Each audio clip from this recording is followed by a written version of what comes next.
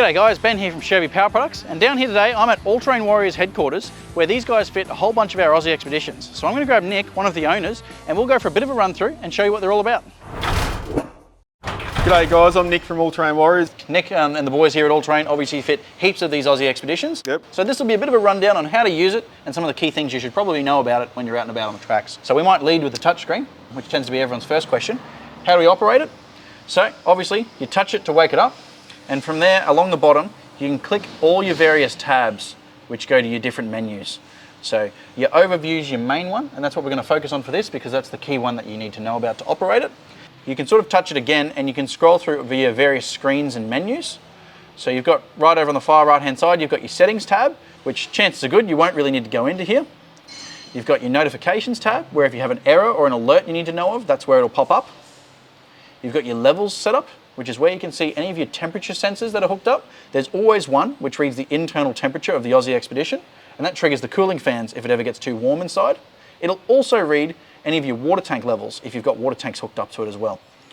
Moving over to the overview tab, you can see your general power system screen. You can obviously see your battery percentage, you can see what your alternator's putting in, you can see what the solar's putting in, and when you plug into mains, there's actually a third box that pops up, and then you can see what mains input is when you're charging off mains. Yeah, okay. That's it. And then over here on the right hand side, you can see your outputs. So you can see your DC loads, DC being your 12 volt or your 24 volt loads, and then your AC loads being your 240 volt loads. So you can see what you're using with your microwaves, your toasters, your kettles, your air fryers, all that sort of stuff.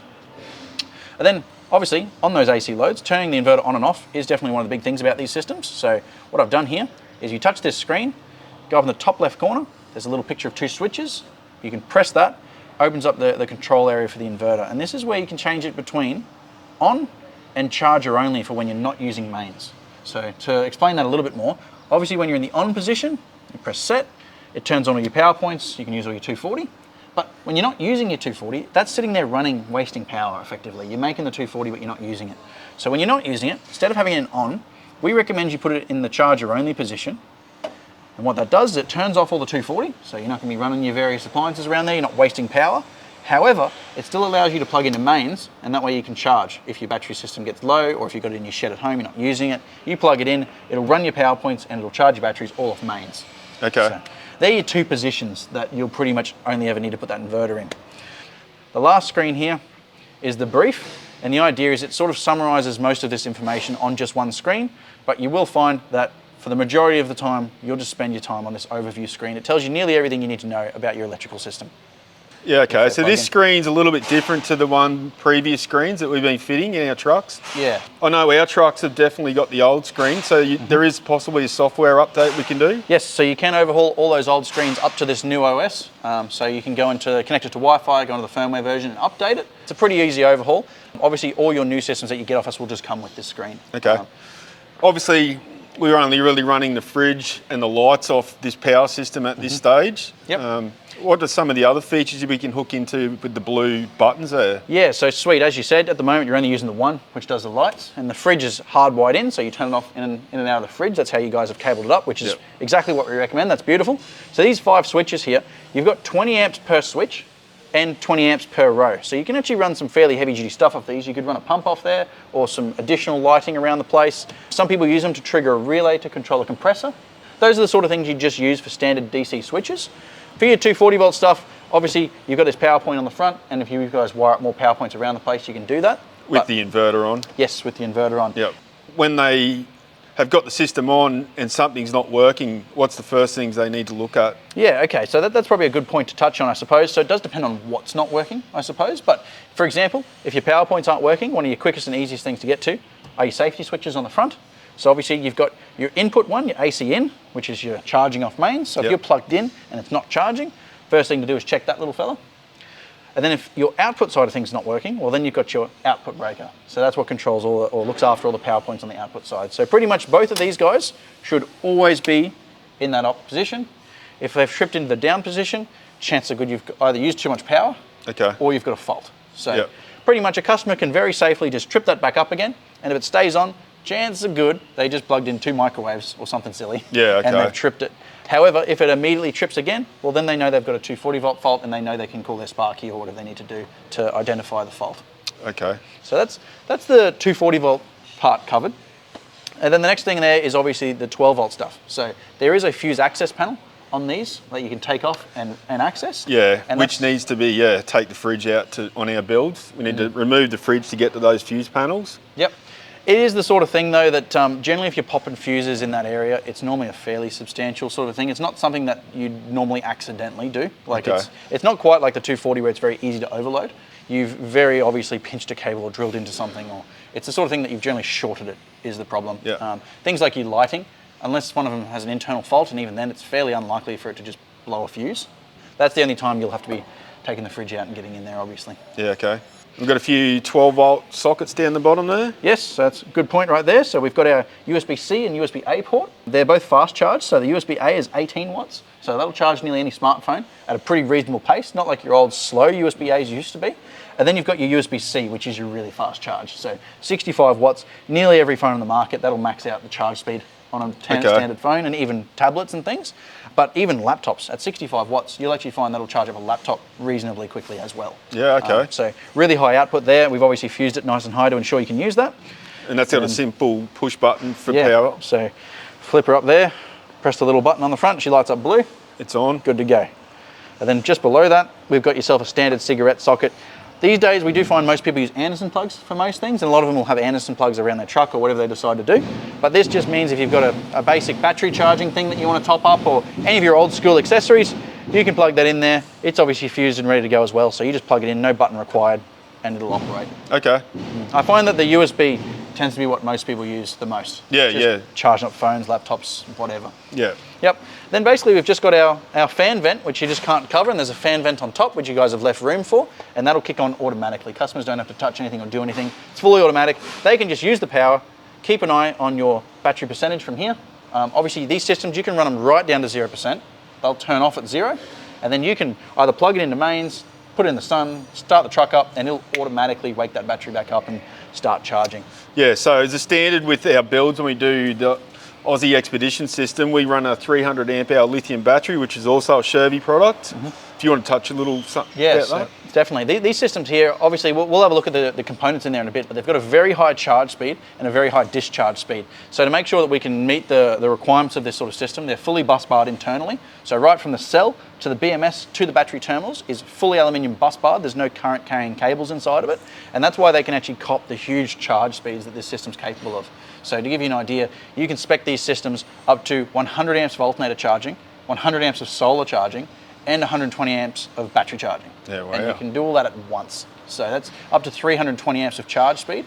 By the time you spec it that high, they should probably be optioning for 2 batteries. Or a 600 amp upgrade? When you fully max out the charge specs, definitely 2 300s. Okay. But the 300 and the 600 as a standard Aussie, it's very easy to just go either a 300 or a 600. That'll work happily for a base package Aussie Expedition.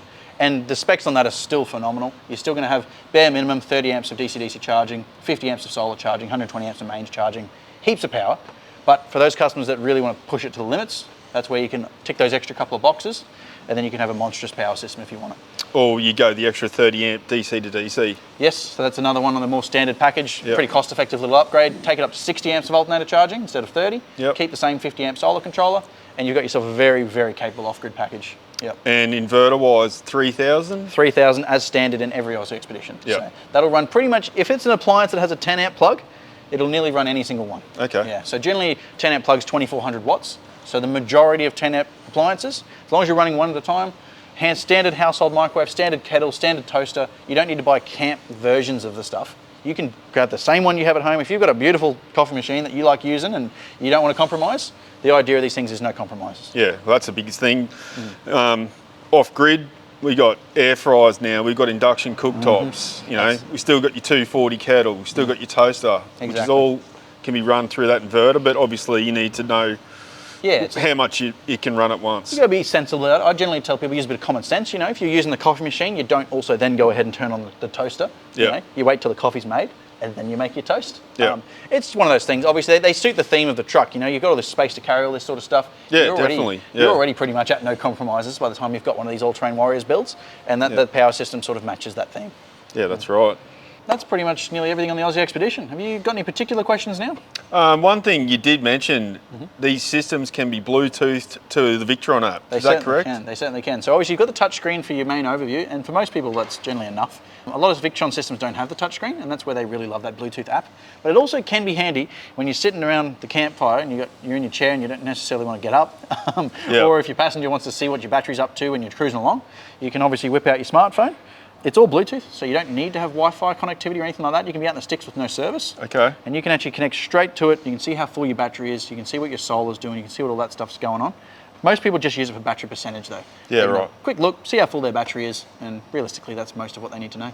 Yeah, so potentially you can remote access, you can be in Bundy at Solar and Sat, and you can be seeing what your truck's doing? Yeah, logged onto a truck in the bush. Yeah, so you can certainly do that. Obviously, a lot of these trucks run Starlink systems, or where they might be at their home where they're connected to Wi-Fi. And as long as it's connected to internet, the customers can actually create a Victron account, and they can remote into it from anywhere in the world and see what's going on. Yeah, that's a good feature. Yeah, some people even have it set up so that if the battery's about to go flat, it sends them an email notification.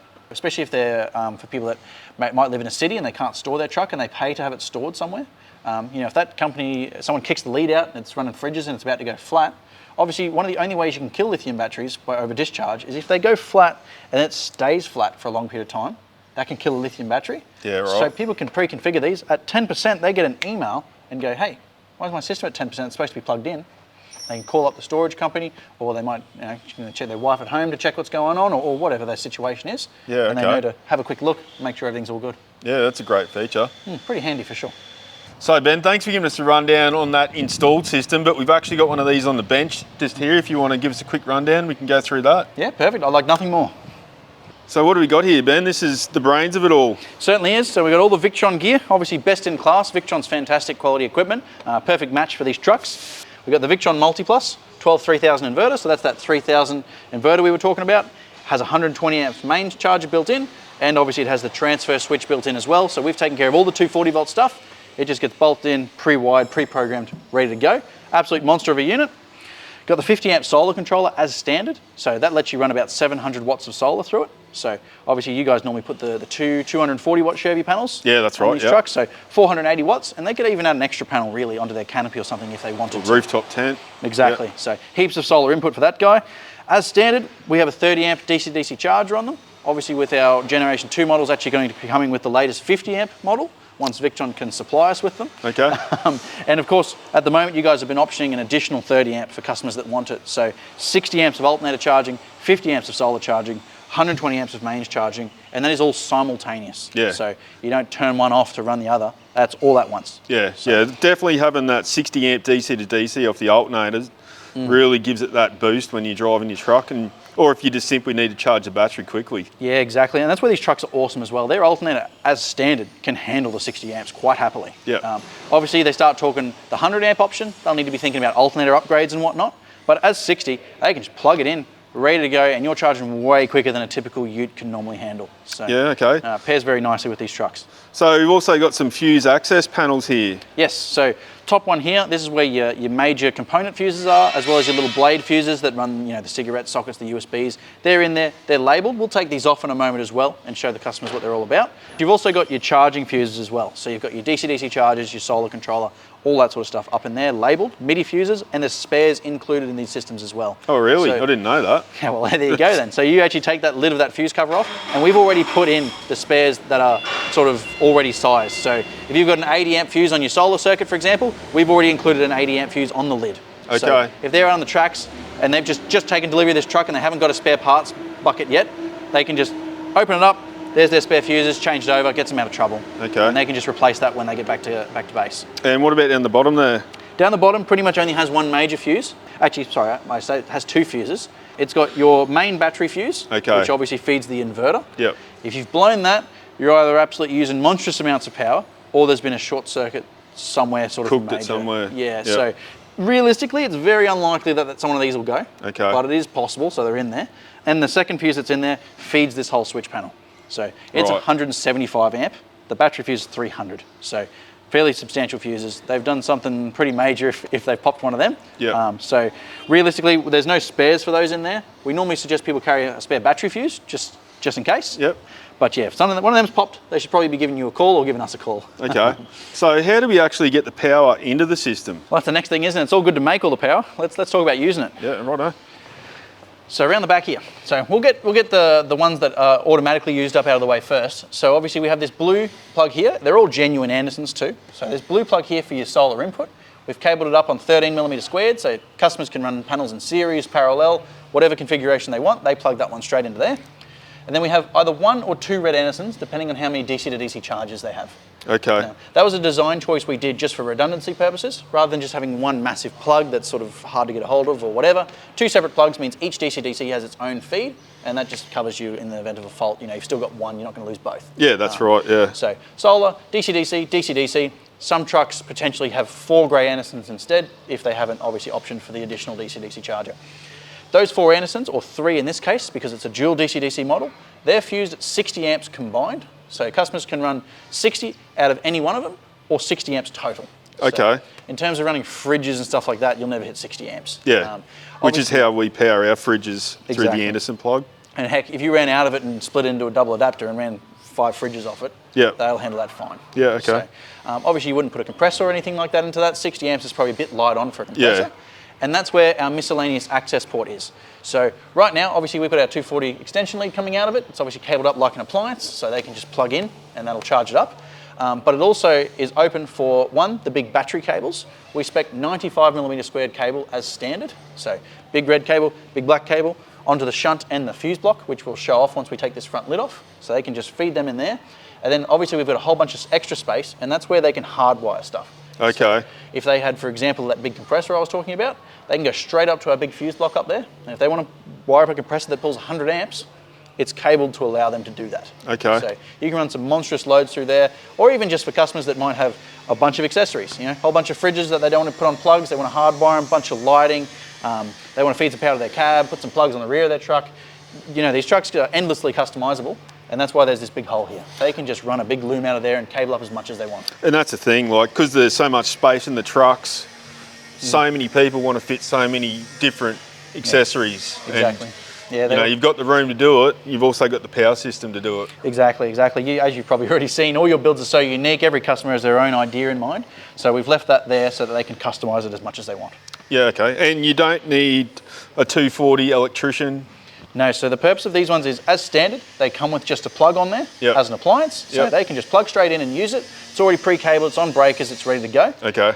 If obviously they want to have an inlet or additional power points around the place, now you obviously have to get your Sparky involved. Obviously, as soon as you put an inlet on the side, it becomes a connectable installation, and of course you come under a different compliance setup, and that's something you should definitely be talking to your electrician about once you make it more fixed like that. Okay. No, that's great. That's some really good features on these units, and by far this is the one we definitely fit the most of. Yeah, it seems to tick all the boxes for our clients. Pretty much, I would say this covers nearly 95% of use cases. Arguably could be overkill in some scenarios, but I've never once had anyone tell me, Ben, I wish I had less power. Yeah, that's right, yeah. But then the 5% that need more than that, you've got options for bigger batteries, and like I said, the 100 amp alternator charging option. Pretty much you can spec them as high as you need to. Yeah, and you did touch base, there is some new chargers coming out soon from Victron? Yes, so at the moment you've obviously been picking the 12 or 24 volt version depending on the customer's truck. Obviously you can get trucks that have a 12 volt starting battery bank and a 24 volt starting battery bank. The new Orion XS 1400 has been released, but obviously with limited stock, and the amount of these that we move, limited stock doesn't last very long. Yeah, okay. So you'll very easily be able to get a hold of those soon. They'll work for 12 volt or 24 volt trucks. Yeah, right. Which will be very convenient, obviously. And then they'll have an option for a 50 amp and 100 amp alternator charging system. Okay. So very quick charging. Obviously, if you're looking at the 100 amp version, that's when we need to be talking about alternator upgrades though. So it becomes more of a conversation to have there. Yeah, definitely. All right, we might take this front lid off and we can start talking about some of the more intricate details of it if you like. Yeah, definitely. So Ben, you just removed the fuse cover panel. I've been lucky enough never had to get in there and have a look at these fuses, or I've never blown one. But that's the dream. What do you got on the back of that there? Yeah, mate, so this is something we've been doing on more of our recent models. Obviously, as you know, you get a handful of manuals with these kits, and it has all your passwords for all your Victron gear. We've also started sticking them all on the back of this as well, though. So, oh, yes, so you haven't got to worry about if they the lose paper their, copies. Yeah, exactly. I don't know. If you're like me and you don't read manuals, this means if you throw them out or whatever, you've got a copy of all your passwords and stuff. I won't show you this too close to the camera, so they don't have the passwords for this one. But pretty much they're all on the back of there. If they ever need it in an emergency, they can take it off. There's the passwords. All run through the Victron app? Correct. Yes. Okay, so... exactly, and if you ever need a serial number, heaven forbid they did have a problem or a warranty or whatever on any one of these Victron components, obviously Victron has a nationwide network of dealers. They can go straight onto here and go, okay, my serial number for my solar controller that's playing up or whatever is this. Makes it very easy for them to get help. So that's all on the back of that access panel. Then coming into the board itself, so we might start with the bottom one because it's the most basic. As I said before, this is where you've got your main battery fuse. It's a big mega fuse. And on some of your later versions, you also have your main fuse for this switch panel up here. But basically, you can take that off, replace a mega fuse if it blows. I've actually never seen a customer blow one of these before. Okay. But that's your major fuse that protects everything. If that blows, it disconnects your battery from the system. So potentially stopping your fire. Yeah, well, if there's a big short circuit, as probably most people already know, with any sort of electrical system, your major cause of fires or big faults like that is actually wiring. Yeah, that's right, yeah. It's not like a battery's not just going to go, that generally doesn't happen. It's mostly because there's a short circuit somewhere, it's not fused properly, it's a bad connection, and obviously that there is your biggest cable that feeds your inverter. So if there's a big short circuit one way or another, that's where you'll find those fuses. And if they overdraw or overcurrent, there's an overcurrent scenario on this big fuse block up here, it obviously protects the main cable that feeds that. So they're your two critical fuses. Like I said, I've never seen them blow before, but you need to have them and that's where they are. Okay. This one here is probably where if you were gonna have a fuse blow, it's probably more likely to be this one. It's where we've wired nearly everything in this entire box. So up in here, I'll unclip it all, take the front cover off. On the front, we've got our labeling. So obviously we've already pre-filled all the ones we've used. However, there are some blank spots for if the customer, if they go wiring more stuff up to this fuse block, they can write on what it is. It's handy, you might think you'll remember it, but 4 years later, when you're out on the tracks and you have an issue, you're not gonna remember it. Don't kid yourself, write it on the front. That's right. And then in here, we've got our 4 MIDI fuses. We're already using 3 in this particular board, and we've provided spares for every single one of these as well on the back of the lid. Yeah, it's a great little feature. It is, so every single fuse that we've used, we've given you a spare for. So no matter what fault you do have, you have a spare for it on here already. You should carry some spares of your own, obviously, but this will get you out of trouble if you need to. Got the MIDI fuses for your high current stuff, that's all your chargers and things, and a spare if the customer wants to put a compressor in or whatever, they can easily do that.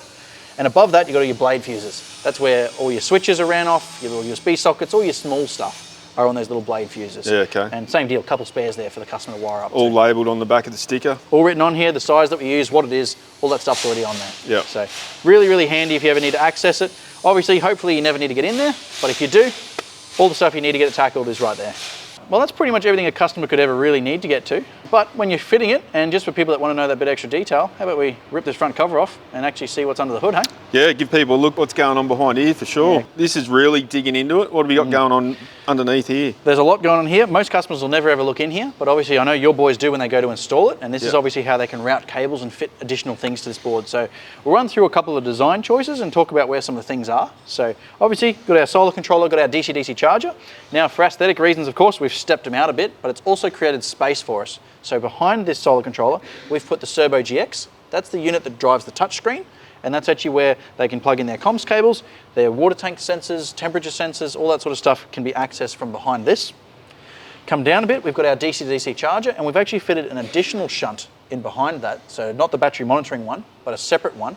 And what that does is it gives our newer boards the alternator reading. Okay. On that front screen there. So that's tucked behind. Another thing that the customer will never need to get to, but that's where it is. It gives us access to our cooling fans. So I like to think we put a lot of thought into this. We haven't just grabbed an off-the-shelf 12-volt fan. They tend to suck, to be honest. We've actually grabbed some computer fans, spliced them and put them on plugs. And the idea is these have a 300,000 hour design life. So yeah, wow. They can just run and run and run and run. So 2 fans are standard on the Aussie Expedition? That's standard, yep. So you got 1 in, 1 out. And obviously that's where you can jam everything up in there, and you're not going to have stuff overheating. And they're triggered by temperature. So we've got a temperature probe that's tucked in here. So it's over in this corner here. Measures the ambient temperature inside this box, and that's what actually triggers those fans. And that way they're not just running, pushing dust through it for no reason. They're only going to be running once the ambient temperature gets high enough to kick in. So, silly question. What temperature roughly was that? so as standard, we have it set to click on at 30 degrees. Okay. So pretty conservative. Like Yep. obviously this gear doesn't start to derate until 40. And then even then, with active fan pushing through it, you can actually push ambient temperatures even higher. They'll keep operating up to 60, I believe, Victron gear will. Okay, yeah, because these canopies... They can definitely get warm. Yeah. Especially you head out to the deserts and stuff. But if you've got airflow pushing past them, it's getting the hot air out of there, and they'll perform very well, even in very hot climates. So that's something that the Aussie Expedition, we wanted to have active cooling on. That was once again, no compromises has been the design here. And then even joining it all together. So obviously we've used this composite material here. And the idea of it is instead of building it out of alley or something conductive, we have so many cables pushing through here, and we understand that customers are going to be routing cables through here if they're doing a DIY fit out or whatever. And if you're running down corrugations up Cape York or whatever you're doing, and there's cables rubbing, obviously, you know, if you put it in split loom and stuff, you can work around alley and things like that. But by making it out of this, it just means it's very, very user-friendly in the sense that even if they don't route their cables 100% spot on, they can chuck it in here, and if it rubs on something, probably worst case scenario, even if it rubs to copper, you're not actually going to have a short. Okay. So that's just one of those sort of safety things that we've sort of had in mind. Yeah, it makes sense, doesn't it? Yeah, well, exactly. So that's why it's made out of that. It's really lightweight, it's rot-proof, it's self-extinguishing, it's fire retardant. You know, it's pretty much as far as the design principle, we just didn't really want to work with alley. So that's why we did that there. And then moving along, I suppose, we've obviously got our inverter charger, which we've pre-cabled up to the main battery fuse and the shunt. And this is actually where they'll feed their big 95mm squared cables into. However, they can actually run up to 120mm squared, and that's where they can put their battery a long way away if they wanted to. Okay. These are made for the battery to be relatively close, and that's why we spec 95mm. But once again, the idea is they've got options. So they can be pretty flexible in that regard. We've routed our cables up in, and then up in the sort of front area, this is where we've got our pre-wired switches. So we've already wired up the lighting for them, the negative for them, and fed power into them. And then we've got these Wago connectors. They're obviously automotive rated. You can click these fellas up, feed their cable in, click it down, and obviously they're done. Okay. When you're crawling around the back of a canopy and you're hunched over like this when you're wiring it up, your installers will appreciate these, I promise you. Yeah. Just above that, we have our negative bar. So if a customer wants to hook up some lights and stuff themselves, they feed their cable in, they route it wherever they want to route it, positive into there, negative onto there, job done. Yeah. Exactly. If they want to hardwire stuff, well, they can come in. They can either come up the front here or up in behind. The nice thing about this panel is even if they aren't necessarily an artist when it comes to running the cables over, like some of our boys are, then they can run their cables wherever they want, tap it on the fuse block, lid goes on, and obviously it keeps it looking nice and clean and protected. Yeah, so you've really done a good job of trying to make this as user-friendly as possible. That's been the idea. Obviously the Victron stuff, it's fantastic equipment, but obviously there's a lot to know in terms of cabling it, there's a lot to know in terms of communications, and then the biggest thing that people tend to miss or bugger up is the programming. So you go through it, you've got to set everything to lithium, which is fine. That's probably the easiest part of it. But then with the DC-DC chargers, you've got engine shutdown detections, input voltage lockout settings, all that sort of stuff. You've got to calculate the voltage drop to your truck's starter batteries. The multiplus, you need to plug a laptop in to program it. It's not just on your smartphone like all the other gear. The servo jacks, you've got to dial it all into suit. That's all done. Everything's done. They just plug it in. Yeah. So, you know, a lot of these guys have their auto sparkies or the electricians they've known all their lives. They can plumb all this stuff in. They don't need to understand how the programming works. They don't need to know everything about lithium. They just hook it in, turn it on. Yeah, that's awesome. Yeah, that's the idea. It takes the hard work out of it, but lets them do the fun bits. Hooking up the lights, hooking up all their electrical appliances and stuff. So we've tried to make that as easy as possible. No, that's great. So Ben, thanks a lot for giving us a rundown on your Aussie Expedition system. No worries at all, Nick. Thanks for having me, mate. Yep, we got some technical questions. Customers can ring you guys direct? Yeah, so our Shervey phone number, if any of your customers that have bought a truck and they have this system in it, they can call us directly. They can ask about the system, batteries, panels, any questions they want, they can just call us directly if they want to. Awesome. Thanks a lot, Ben. No worries, Nick. Thank you.